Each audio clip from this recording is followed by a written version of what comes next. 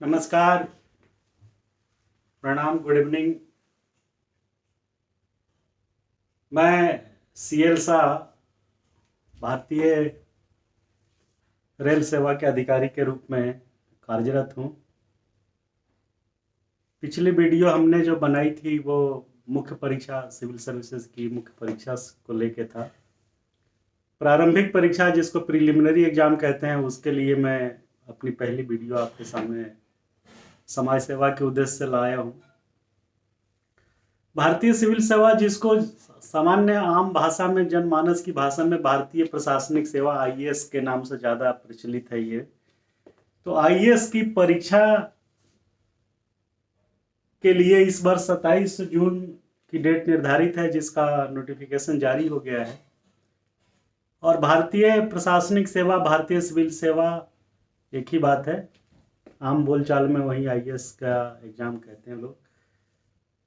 तो हिंदी माध्यम के जो विद्यार्थी हैं उनको फैसिलिटेट करने के लिए, उनको सुविधा पहुंचाने के उद्देश्य से मैं ये वीडियो बनाता हूं और आप सबके बीच इसे रखता हूं। भारतीय प्रशासनिक सेवा की प्रिलिमिनरी परीक्षा के लिए जो लोग तैयारी करते हैं, ग्रेजुएट लड़के या जो फाइनल ईयर ग्रेजुएशन में हैं, उनको 2-3 बातों का मैं सलाह देना चाहूँगा कि भारतीय प्रशासनिक सेवा की तैयारी जरूर करनी चाहिए। और क्यों करनी चाहिए? करने का उद्देश्य तो पहला यही रहता है कि भाई आपको आईएएस बन जाना है या आईएएस में सेलेक्ट होना है। लेकिन मेरा मानना यहाँ डिफर है। मेरा मानना यह है कि अगर आप आईएएस बनने के उद्देश्य से अगर ये परीक्षा की तैयारी करते हैं तो अच्छी बात है, क्योंकि अगर आप आईएएस नहीं बनेंगे तो PCS, lower subordinate, banking, railway, SSC, कहीं ना कहीं कुछ ना कुछ सिलेक्शन आपका जरूर हो जाता है, क्योंकि तैयारी का लेवल बहुत ज़्यादा बढ़ जाता है और आपको खोने के लिए कुछ नहीं बस रहता है। इस समय आप बेरोजगार हैं, इंटरप्रेन्योरशिप में जा सकते हैं, जो कि थोड़ा बहुत ही चैलेंजिंग और फाइनेंस इन्वेस्टमेंट वाली चीज़ें होती है।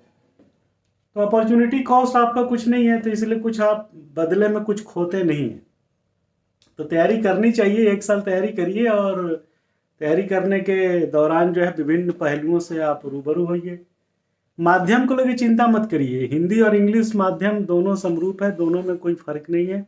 आप हिंदी माध्यम लेकर आराम से जो है बिना किसी भेदभाव के लोग क्वालिफाई करते हैं। आप में कुछ क्वालिटी होनी चाहिए, कुछ एट्रीब्यूट्स होने चाहिए, और एट्रीब्यूट सबसे पहला होना चाहिए लॉयल होना चाहिए आपको। अगर आप लॉयल नहीं हैं तो कुछ नहीं कर सकते आप। लॉयलिटी अपने प्रति, अपनी तैयारी के प्रति, अपनी पढ़ाई के प्रति तन मन धन से अपने आप को अपनी तैयारी के लिए समर्पित होने का भाव होना चाहिए। धोखा अपने आप को देंगे उससे कोई फायदा नहीं होगा। हार्ड वर्किंग होना चाहिए। कुछ लोग पूछते हैं कितने घंटे पढ़ाई करें, इसको घंटों में नहीं बांध सकते। मेरा मानना है कि 6 से 8 घंटे अगर आपके दैनिक क्रिया से लेके सोने खाने पीने को माइनस कर दीजिए, बाकी टाइम पढ़ते हैं 15-16 घंटे पढ़िए, क्या दिक्कत है? अलग अलग टाइम स्लॉट में पढ़िए, 14-15-16 घंटे तक पढ़िए, लेकिन बाकी समय क्या करिएगा? कुछ ज्ञान हासिल करिए, अच्छी बात है। 1 साल कम से कम कड़ी मेहनत करिए, उसमें आप में कुछ एक कॉमन सेंस, इंटेलिजेंस का भाव जो है होना चाहिए। चीज़ों को समझने की क्षमता होनी चाहिए, चीज़ों को ग्रहण करने की जो है वो बुद्धि होनी चाहिए, समझ, अंडरस्टैंडिंग स्किल होना चाहिए, प्रॉम्प्ट होना चाहिए, किसी चीज़ के प्रति त्वरित रेस्पॉन्सिव होना चाहिए, और जुझारू होना चाहिए। जुझारू से मेरा मतलब है कि आप डरिए मत, निर्भीक होकर तैयारी करिए। हिंदी और इंग्लिश मीडियम से कोई फर्क नहीं पड़ता है, और अगर आप में जुझारूपन है तो आप जरूर सेलेक्ट होंगे, इसमें कोई दो राय नहीं है। फियरलेस रहिए, निर्भीक रहिए, डरना क्या है? नहीं सेलेक्ट होंगे तो कुछ ना कुछ तो आप कर ही लेंगे।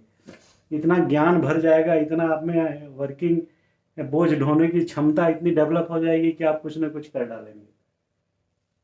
तो ये आप में एट्रीब्यूट्स होने चाहिए। परीक्षा का जो मॉडल है वो आपको मालूम ही है। 27 जून को परीक्षा, और उसमें 2 पेपर होते हैं, general studies first, general studies second. General study जो सेकंड है, इसको हम लोग जो है सीसेट के नाम से जानते हैं, सिविल सर्विसेज एप्टीट्यूड टेस्ट। 2 घंटे का होता है, 200 नंबरों का होता है। 33% इसमें क्वालिफाइंग नेचर का है, 33% आपको क्वालिफाइंग ये नंबर लाना पड़ेगा। इसका नंबर मेरिट में नहीं जुड़ता है। मेरिट इससे